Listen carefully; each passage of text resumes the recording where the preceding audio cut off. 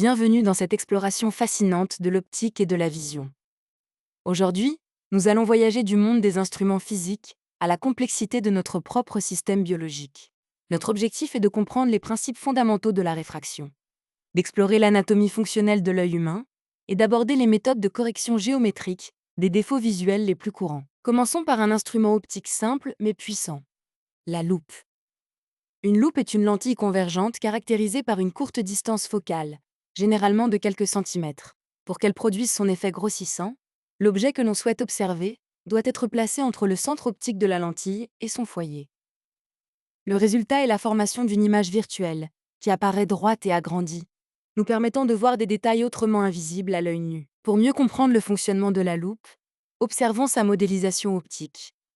Le trajet de la lumière à travers la lentille est crucial, car il définit la position de l'image. Comme vous pouvez le voir sur le schéma, le faisceau lumineux qui émerge de la loupe est divergent pour l'observateur. C'est notre cerveau qui, en interprétant ces rayons divergents, projette l'image en amont de la lentille, créant ainsi cette image virtuelle et agrandie que nous percevons. Passons maintenant à l'instrument optique le plus sophistiqué que nous connaissions, l'œil humain. Il est composé de plusieurs éléments essentiels. La cornée et les humeurs, ces milieux transparents, sont responsables de la réfraction initiale de la lumière. L'iris agit comme un diaphragme biologique, régulant la quantité de lumière qui pénètre dans l'œil via la pupille.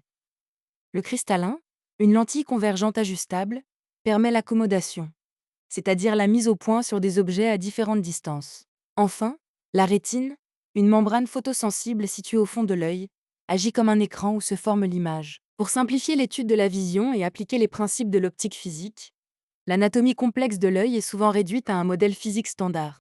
Dans ce modèle simplifié, l'iris est représenté par un diaphragme, le cristallin par une lentille convergente unique et la rétine par un écran, souvent appelé plan focal.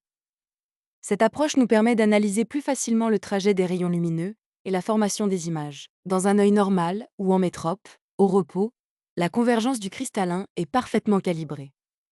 Cela signifie que les rayons lumineux provenant de l'infini convergent exactement sur la rétine. Le résultat est une image nette et précise des objets éloignés. Abordons maintenant une pathologie courante, la myopie. Le problème de l'œil myope est qu'il est soit trop long, soit que son cristallin est trop converge. La conséquence directe est que l'image se forme en avant de la rétine, au lieu d'y converger précisément. Le symptôme caractéristique de la myopie est une vision floue des objets éloignés, tandis que la vision de près reste généralement claire. Heureusement, la myopie peut être corrigée. La solution consiste à utiliser une lentille divergente. Cette lentille a pour effet d'ouvrir le faisceau lumineux avant même qu'il n'entre dans l'œil. Ainsi, l'excès de convergence du cristallin est compensé et l'image recule pour se former précisément sur la rétine, restaurant une vision nette. Une autre pathologie visuelle est l'hypermétropie. Dans ce cas, l'œil est soit trop court, soit le cristallin n'est pas suffisamment converge.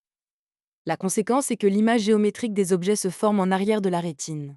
Le symptôme principal est une vision floue des objets proches, souvent accompagnée d'un effort d'accommodation constant pour tenter de compenser ce défaut. Pour corriger l'hypermétropie, on utilise une lentille convergente. Cette lentille a pour effet de préconverger le faisceau lumineux avant son entrée dans l'œil. Le manque de puissance du cristallin est ainsi compensé, et l'image avance pour se former correctement sur la rétine, permettant une vision claire. Pour récapituler, cette matrice diagnostique et corrective offre une synthèse visuelle de l'optique oculaire.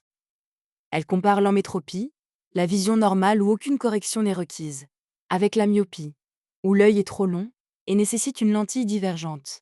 Enfin, elle présente l'hypermétropie, où l'œil est trop court et est corrigé par une lentille convergente. Cette matrice nous aide à identifier l'anomalie géométrique pour déduire la correction physique requise.